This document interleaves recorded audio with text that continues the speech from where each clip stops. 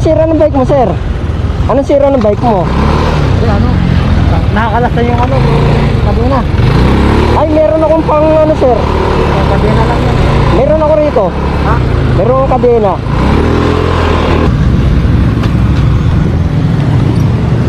Meron akong kadena dito, sir. Pati nga ako. Saan siya nakakalas dito? Nalalaglag? Oo, dito siya nalalasan. Ayan o. Dapat yan, hindi yan sumasampa sa ngipin. Dapat siya nakalapat. Oo, nakalapat niya. Oh, meron akong kadena dito tayo. Ibigay ko sa'yo.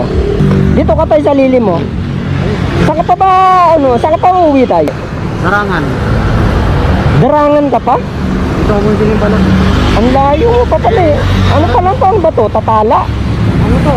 Mambog? Patingan. Ito yung mambog. Batingan, ano? Ito meron ako dito eh. Dali lang ko ano.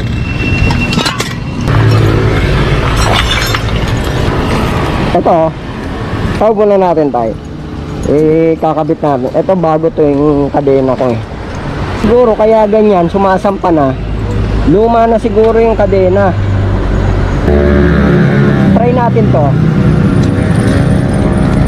Ito yung kakabit ko. Tingnan natin kung sasampa. Kita mo tayo? Diba walang sumampa? Kasi ito bago yung kadena. Itong kadena mo tay, luma na. Paligtarin natin. Mainit yan. Boss, mabahala pa kayo, boss. Hindi, saglit lang yan tay. Ay, sir. Tulungan ko lang si tatay. Hindi siya makapag-bike na maayos eh.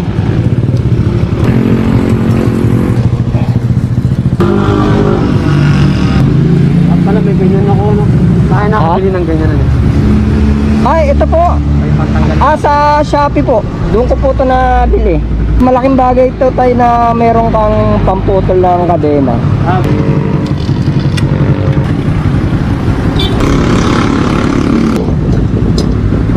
Tingnan mo ngayon, okay na.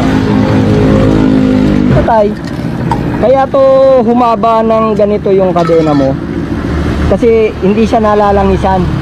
Lalagyan natin ng lubricant para hindi siya madaling masira yung kadena mo. Alagaan mo lang sa langis yung kadena mo para hindi siya madaling maluma.